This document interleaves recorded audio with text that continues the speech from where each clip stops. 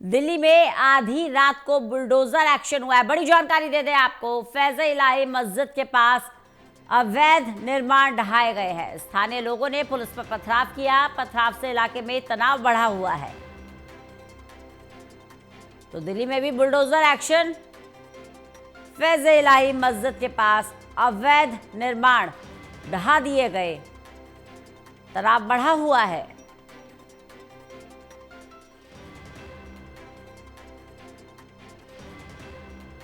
दिल्ली में आधी रात को बुलडोजर एक्शन लिया गया है।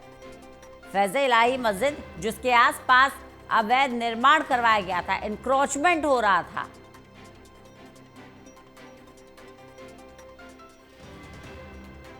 जैसे ही इसकी शिकायत प्रशासन को मिली, प्रशासन ने कार्रवाई की, अवैध निर्माण को ढहा दिया गया। तस्वीरें देखिए जरा बुलडोजर एक्शन की। आधी रात को ये बुलडोजर एक्शन लिया गया है। विशाल हमारे साथ, हमारे सहयोगी जुड़ गए ज्यादा जानकारी के साथ। विशाल, दिल्ली में भी बुलडोजर एक्शन, क्या ज्यादा जानकारी मिल पा रही है? कहां था ये अवैध निर्माण और कैसे ये एक्शन लिया गया? रना, देखिए, पुरानी दिल्ली का जो तुर्कमान गेट इलाका है वहां पर दरअसल एक फैज़ इलाही मस्जिद है और एक दरगाह है। उसके आसपास ये आरोप था कि उसके मस्जिद के आसपास जो है अवैध रूप से अतिक्रमण किया गया था। उसी अतिक्रमण को हटाने के लिए एमसीडी की तरफ से ये बुलडोजर कार्रवाई जो है देर रात लगभग 1 बजे शुरू हुई, जिसका टारगेट था कि सूर्योदय से पहले इसको कंप्लीट कर लिया जाए। हालांकि अभी भी कुछ जो तोड़फोड़ की कार्रवाई है वो कुछ मामूली रूप से चल रही है और ये कार्रवाई जो है कुछ समय पहले हो जानी चाहिए थी, लेकिन क्योंकि सीएक्यूएम की तरफ से जो ग्रैप 3 और ग्रैप 4 लागू था उस दौरान किसी भी प्रकार का डिमोलिशन करने पर पाबंदी थी, चाहे वो प्राइवेट हो या सरकारी। यही वजह थी कि उस दौरान डिमोलिशन नहीं हो पाया और तब से ये मामला अटका हुआ था। और जैसे ही ग्रैप 3 और 4 के नियम हटे तो तुरंत जो है एमसीडी की तरफ से सर्कुलर आया था, एक नोटिस चस्पा किया गया था और जो अवैध अतिक्रमण है उसको खाली कराने के लिए कहा गया था। और कल रात को इसको देखते हुए भारी सुरक्षा बलों की तैनाती के बीच जो है लगभग 1 बजे एमसीडी की तोड़फोड़ कार्रवाई शुरू होती है। लेकिन कार्रवाई के शुरू होने के कुछ देर बाद ही कुछ असामाजिक तत्व वहां पहुंचते हैं और भारी संख्या में वहां पर पुलिस बल के साथ जो है वो झड़प करते हैं, पथराव भी होता है और पुलिस बल फिर अपनी जवाबी कार्रवाई करती है, लाठीचार्ज करती है, आंसू गैस के गोले दागती है ताकि जो प्रदर्शनकारी हैं उनको पीछे खदेड़ा जा सके। लगभग 1 से 2 घंटा पुलिस और प्रदर्शनकारी के बीच झड़प चलती रहती है और उसके बाद सभी प्रदर्शनकारियों को जो है वहां से हटाया जाता है, कुछ को डिटेन भी किया गया है और इस झड़प के दौरान कुछ पुलिसकर्मी भी घायल हुए हैं जिनका इलाज चल रहा है। और पुलिस का ये कहना है कि हम उन लोगों पर एफआईआर करेंगे क्योंकि जो बॉडी वोर्न कैमराज होते हैं जो कि पुलिसकर्मी अपने कंधे पर लगा के चलते हैं, जिसके जरिए ये रिकॉर्ड हो पाया होगा कि किसने उन पर पत्थरबाजी करी, उसका चेहरा उसका डिटेक्ट किया जाएगा। फिर उसको जो है तकनीकी माध्यम से उसकी जांच की जाएगी और जांच करने के बाद उस शख्स पर एफआईआर भी दर्ज की जाएगी क्योंकि सरकारी काम में बाधा डाली गई है। और ये जो पूरा काम है ये दरअसल तब सामने आया जब दिल्ली हाईकोर्ट में मैटर गया। एमसीडी ने कहा था कि ये जो जमीन है ये सरकारी जमीन है, लेकिन जो मस्जिद पक्ष है उनका ये कहना था, जो अमन कमेटी है और मस्जिद का पक्ष है वो उनका ये कहना है कि 100 साल पुरानी जमीन है, यानी ये वक्फ की संपत्ति है। लेकिन एमसीडी ने जो है कुछ सबूत पेश किए जिसके बाद दिल्ली हाईकोर्ट ने ये माना कि ये जमीन जो है वक्फ की ना होकर सरकारी जमीन है, तो इसको जो है खाली करना होगा। तो यही पूरा सिलसिला है जिसके बाद ये कार्रवाई हुई और एमसीडी की तरफ से बुलडोजर की जो कार्रवाई की गई थी इसमें लगभग अब काम पूरा कर लिया गया है और हालात भी अब जो है सामान्य हो चुके हैं। जो भीड़ अचानक से आई थी उसको भी नियंत्रण कर लिया गया है। विशाल, थोड़ा सा, क्योंकि बहुत बड़ी खबर है ये, एनक्रोचमेंट जो है वो सिर्फ एक जगह नहीं है, राजधानी दिल्ली में तो जगह जगह आपको देखने को मिल जाएगा। यूपी की तर्ज पर ये जो बुलडोजर एक्शन लिया गया है, बड़ी कार्रवाई है। ऐसे में थोड़ा सा क्लियर कीजिए टेक्निकली, कौन सी जमीन वक्फ की थी और कौन सी एनक्रोच की गई थी? देखिए, दरअसल मस्जिद पक्ष का ये दावा था कि जो जमीन है जिस पर ये सरकार दावा कर रही है कि हमारी जमीन है, सरकारी जमीन है, दरअसल मस्जिद पक्ष का ये कहना था कि ये जो फैज़ इलाही दरगाह है उसके आसपास की कुछ बारात घर थे और कुछ डायग्नोस्टिक सेंटर था और कुछ और चीजें थी, कुछ और छोटे मोटी दुकानें बनी हुई थी। ये मस्जिद पक्ष का कहना था कि हमारे अंदर आती है, यानी वक्फ बोर्ड के अंदर आती है क्योंकि ये 100 साल पुरानी है। लेकिन जब दिल्ली हाईकोर्ट में मैटर गया और एमसीडी ने कुछ सबूत पेश किए कि ये जो जमीन है दरअसल अवैध तरीके से सरकारी जमीन के ऊपर बनाई गई है और इसमें झूठे तरीके से दावा किया जा रहा है कि ये वक्फ की संपत्ति है, और उसके बाद जब ये साबित हुआ कि ये वक्फ की संपत्ति नहीं है, तब दिल्ली हाईकोर्ट ने फैसला दिया कि एमसीडी जो है इस पर कार्रवाई करे। और उस कार्रवाई के तहत, उस आदेश के तहत एमसीडी ने यहाँ पर बुलडोजर चलाए हैं। तकरीबन 7 से 8 से भी ज्यादा की संख्या में बुलडोजर की जो है वहां पर तैनाती की गई थी। और लगभग अब जो है ध्वस्तीकरण कार्य पूरा हो चुका है। एक बारात घर को तोड़ा गया है जो कि अवैध रूप से बनाया गया था, ये दावा किया गया है। एक डायग्नोस्टिक सेंटर को तोड़ा गया है, और भी एक सामुदायिक भवन जो होते हैं, वो कई सारी चीजें जो है ऐसी जो कि अवैध तरीके से वहां पर बनाई गई थी, गैर कानूनी तरीके से, उन सभी को जो है डिमोलिश किया गया है। बिल्कुल।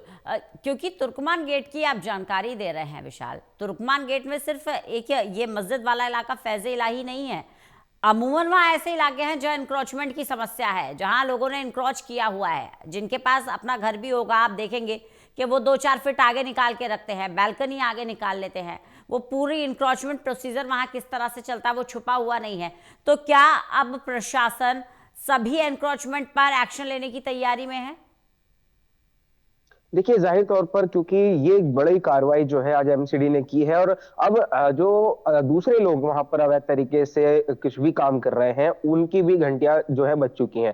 तो वो भी अब सतर्क हो चुके हैं, और किसी भी वक्त उन पर भी बुलडोजर की गाज गिर सकती है। क्योंकि जैसा कि आपने कहा, जो अवैध अतिक्रमण है वो न केवल तुर्कमान गेट बल्कि पूरी पुरानी दिल्ली में काफी ज्यादा है, और उसको रोकने के लिए, उसको हटाने के लिए सरकार निरंतर काम कर रही है। चाहे एमसीडी हो या फिर दिल्ली सरकार हो, लगातार जो है बुलडोजर की कार्रवाई हमने काफी लंबे समय से देखे चलते आ रहे हैं। ओखला में भी हमने देखा, कई जगहों पर जो अवैध तरीके से घर बनाए गए थे वहां पर भी बुलडोजर कार्रवाई हुई है, जंगपुरा में हुई है। तो अब ये कार्रवाई जो है एमसीडी की तरफ से की गई है। यहाँ पर एक जानकारी हम ये भी दर्शकों को दे दें, ये जिस मस्जिद की हम बात कर रहे हैं फैज इलाही, दरअसल ये वही मस्जिद है जिस मस्जिद में जो 10 नवंबर को दिल्ली के लाल किला के पास जो ब्लास्ट किया गया था, जिस i20 गाड़ी से, जिसमें उमर नबी जो जिसने ब्लास्ट किया था, वो दरअसल इसी मस्जिद में ठहरा था। आके उसने यहाँ पर नमाज अदा करी थी। और उसके बाद जब इस मस्जिद की चर्चाएं हुई, मीडिया में इसकी चर्चाएं हुई, तब ये निकलकर सामने आया था कि इस मस्जिद के आसपास कई अवैध तरीके से काम किया गया है।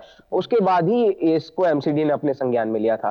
तो ये भी यहाँ पर बताना इसलिए जरूरी था क्योंकि इसके कनेक्शन इस मस्जिद के जो है वो उस अटैक से भी जुड़े हुए हैं। क्योंकि वो जो अटैक करने वाला शख्स था, जो आरोपी था, वो इस मस्जिद में आकर उसने जो है नमाज अदा करी थी। और जी। उसी के बाद जो है ये सिलसिला शुरू होता है कि जब एमसीडी संज्ञान लेती है कि जो मस्जिद के आसपास की जो जमीनें हैं वो अवैध तरीके से उन पर कब्जा किया गया है, और उसी अवैध अतिक्रमण पर आज जो है कार्रवाई की गई। विशाल, एमसीडी ने कब संज्ञान लिया, कब एमसीडी को ये शिकायत मिली कि ये पूरा एरिया जो है एनक्रोच कर लिया गया है? देखिए, जैसे कि हमने बताया कि जो उमर उन नबी था, जब ये चर्चाएं चली कि जब सीसीटीवी फुटेज जो उसकी ट्रेल निकाली जा रही थी कि वो ब्लास्ट से पहले कहाँ कहाँ गया था, तो उस दौरान ये पता लगा था कि उमर उन नबी जो है तुर्कमान गेट आया था और वो इसी फैज इलाही मस्जिद में रुका था। और उसके बाद जब सीसीटीवी फुटेज में देखा गया, उसके बाद एमसीडी ने संज्ञान लिया।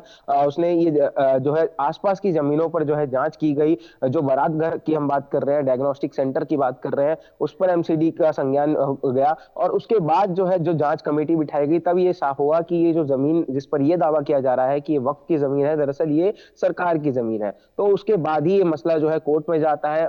जो मस्जिद पक्ष है उसने अपनी दलीलें दी, एमसीडी ने अपनी दलीलें दी। दोनों की दलीलें सुनने के बाद हाईकोर्ट ने फैसला लिया कि ये जमीन जो है वो सरकारी जमीन है और इस पर अवैध तरीके से कब्जा किया गया है, उस कब्जे को हटाना जरूरी है। तो उसी के तहत एमसीडी की कार्रवाई हुई और रात को लगभग 1 बजे से जो वहां पर पूरा एरिया है उसको छावनी में तब्दील कर दिया गया था। ट्रैफिक एडवाइजरी सुबह 10 बजे तक के लिए जारी की गई है, यानी वो पूरा रोड जो है वो अभी भी प्रभावित है। वहां पर एंट्री और एग्जिट जो है वो गाड़ियों की बैन कर दी गई है 10 बजे तक के लिए, क्योंकि इलाका जो है वो संवेदनशील पहले से ही था और अब और ज्यादा बन चुका है। तो इसलिए जरूरी है वहां पर सुरक्षा को और ज्यादा पुख्ता कर देना, और उसके तहत हम देख भी पा रहे हैं कि जो इलाका है वो पूरी तरह से छावनी में तब्दील कर दिया गया है। बिल्कुल। और अगर तुर्कमान गेट की बात करें तो यहाँ पर कानून व्यवस्था का भी मजाक हमेशा उड़ाया जाता है, छुपा हुआ नहीं है। ये जो पूरा इलाका है यहाँ पर अगर आप देखेंगे तो बहुत ज़्यादा रूल रेगुलेशन लोग फॉलो करते नहीं हैं। वहीं जो पत्थरबाजी हुई है इस पर भी जानकारी दीजिए विशाल, कि पत्थरबाजी क्या अब सिचुएशन कंट्रोल में है? जब वहाँ पर प्रशासन गया, अतिक्रमण हटाया गया, बुलडोजर कार्रवाई कर रहा था, तब क्या स्थिति बनी हुई थी और फिलहाल क्या स्थिति बनी हुई है?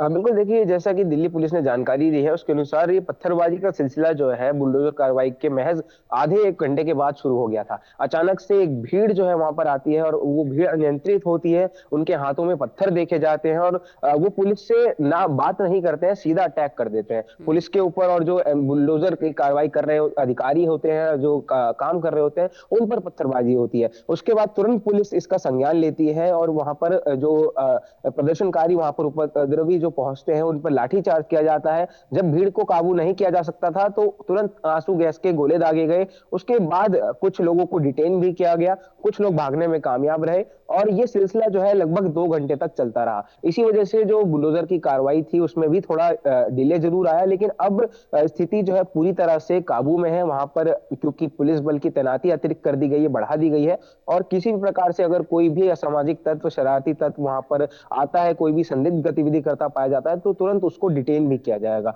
और फिलहाल अभी दिल्ली पुलिस के आला अधिकारी भी घटनास्थल पर देर रात से मौजूद है और अभी भी वहां पर जो कुछ थोड़ी बहुत कार्रवाई बुलडोजर की होनी बाकी है वो की जा रही है।